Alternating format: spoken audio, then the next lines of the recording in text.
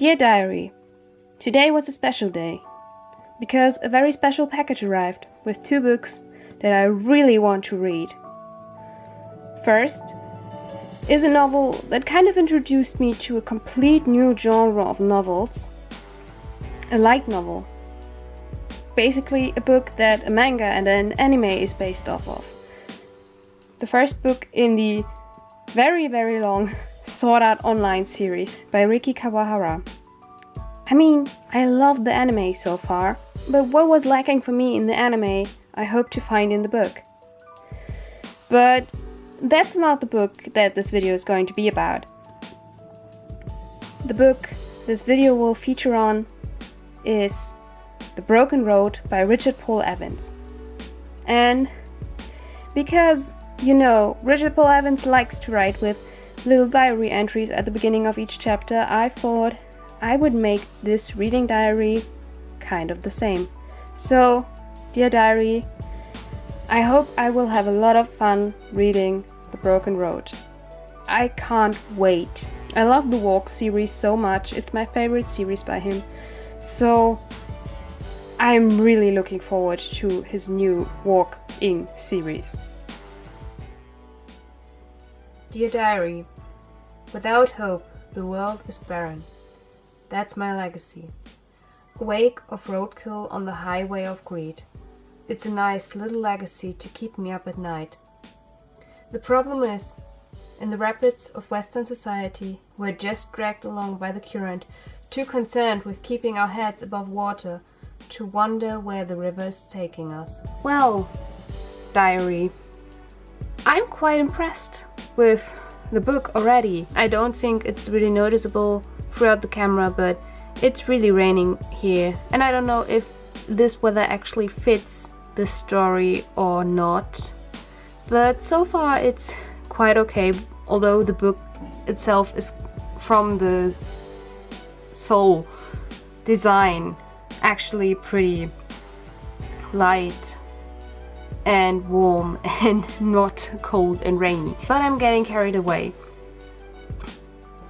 I have to say, although I'm just 3 chapters into the book, Dear Diary, I'm already really impressed by how deep the story is already, by how much stuff to think about you already get, and how much wisdom is delivered through these few pages. Like the 2 quotes I gave you that McKay, a former business partner of our protagonist Charles James, says. I actually quite like Charles James already, although he's kind of the anti-hero protagonist. But I'm really interested where the story is going, and I think it's good that there is somebody already kind of being the moral voice for somebody who isn't on the moral path yet and doesn't even think that he's doing something wrong. And all those subtle hints, or maybe not so subtle hints, to kind of survival of the fittest. If you can kind of betray someone, then he probably deserves it, and that's maybe not the case. Dear Diary, I want to tell you something. The weather got better, really better. It's a really beautiful day outside today, but I kind of want the rainy days back right now because they fit my mood for the book better, I guess. I'm about 150 pages in, so I'm almost halfway through the book, and I am kind of iffy with the book at the moment because I'm not the biggest fan of the structure, I would say. I mean, it's not that I don't want to know Charles's backstory or anything, but for me the story hasn't even really started yet, and I don't want him to redeem himself already, and therefore I don't care for his backstory right now, because I kind of more want to know how he got on his journey, how he gets on the walk. You know what I mean? The thing that the series is supposed to be about, and that is the thing that's similar to his other walking series, and therefore I don't care. And the backstory was way too much for me to even care.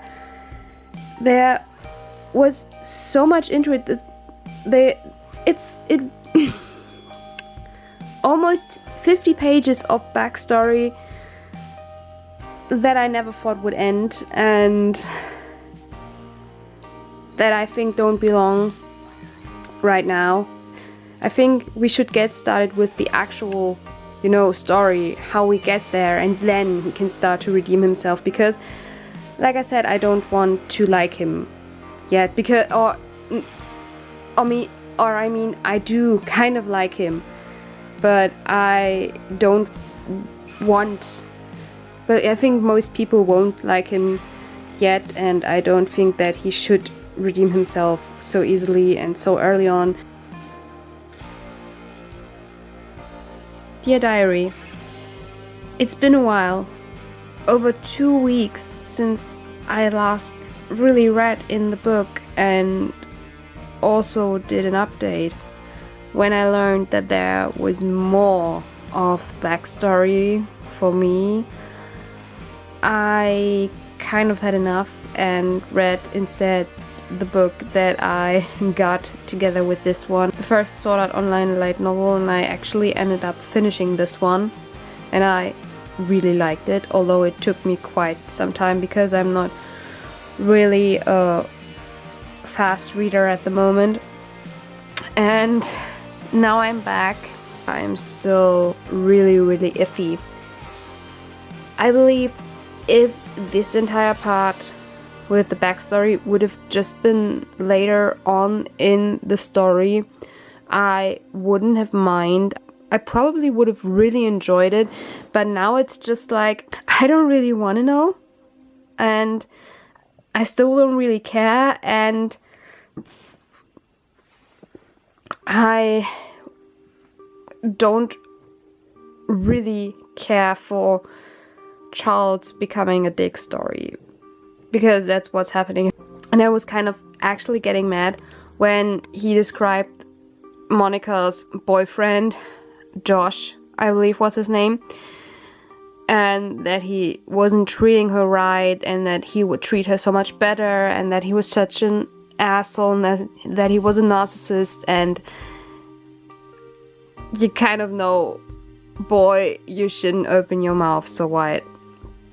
There is a saying in German, du solltest den Mund nicht so weit aufreißen, so it would translate into you shouldn't open your mouth so wide. So it means that you shouldn't say things that you can't tell won't happen to you. Like, he is so on, oh, Josh is such a bad guy, and I love Monica so much, I would never do this, and you know that he will, and therefore it's just, boy, keep your mouth shut. You can already tell the change, and my god, this proposing scene was just hideous. It kind of is pretty ideal to show how Charles developed. You still have the old things that were important to him, but just the proposing in general, like, he just gives her a box and says that it's one of his errands that he did. And then the way he describes the ring, the jeweler called the ring a pearl flower. It's a seawater pearl. The diamonds are 1/10 of a carat each. There are 12 of them, one for each hour on the clock, which is how often I think of you. I mean, he turned it quite sweet with 12 of them for every hour on the clock, how often I think of you. That's kind of, cute and romantic, but the rest, like, he describes that they have so much carat, that they are so fucking expensive. It's a thing. I necessarily wouldn't care about. For me, just as a person, if it's a really nice ring, if it's a pretty ring, it doesn't necessarily have to be a diamond. As long as it's something that you can hold on to for years and years. I can't really care at the moment for the relationship the two have, because you know that it will end. Although it was kind of cute how they got together. That was really nice and I cared a little bit for it. Seriously, are you just freaking kidding me? I'm honestly really considering just DNFing this book right now because of Charles. I'm at a point where I kind of don't want to take it anymore and kind of don't want to have his explanations of things, because he kind of needs to reason them out for himself. I'm just kind of speechless right now that he not only betrays his wife once, which was to be expected, but that he starts an affair but loves his wife and kind of has this affair because the woman is too persistent, that she always tries to seduce him, and although he tells her no, in the end he fails miserably. That's, yeah, of course, it's just Mila who's at fault here. Of course, the poor woman who seduces him is the only one who's responsible for everything. That's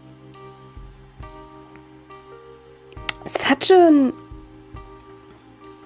old way of thinking, and I'm not sure if I'm able to deal with this book any longer with characters that aren't really emancipated at all.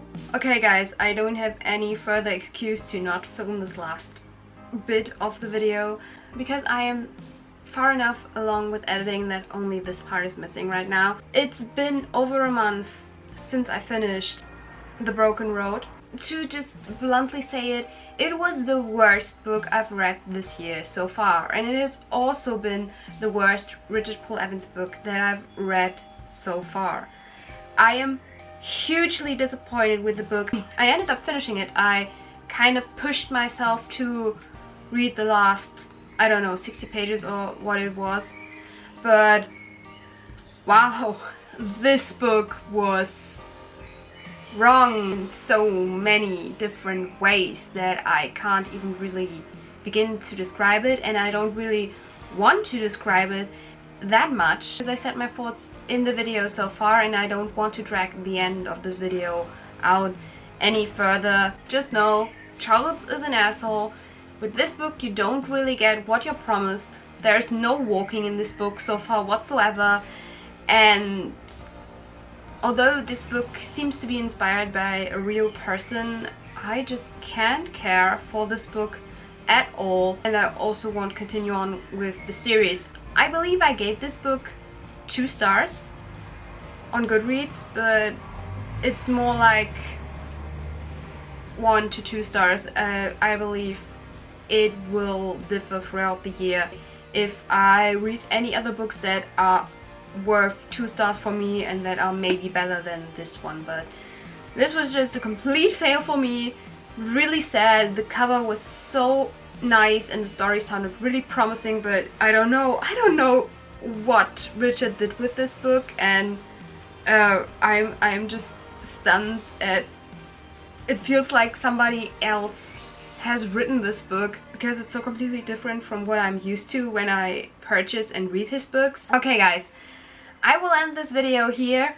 I still hope you enjoyed it, and I hope you enjoyed the new way I did this reading diary video. Please let me know down in the comments below if you've liked it, or if you've preferred the other more vloggy style reading diaries that I've did, or if you have anything else to add to this book or to my video diary series, something that I can approve. I'm always open to.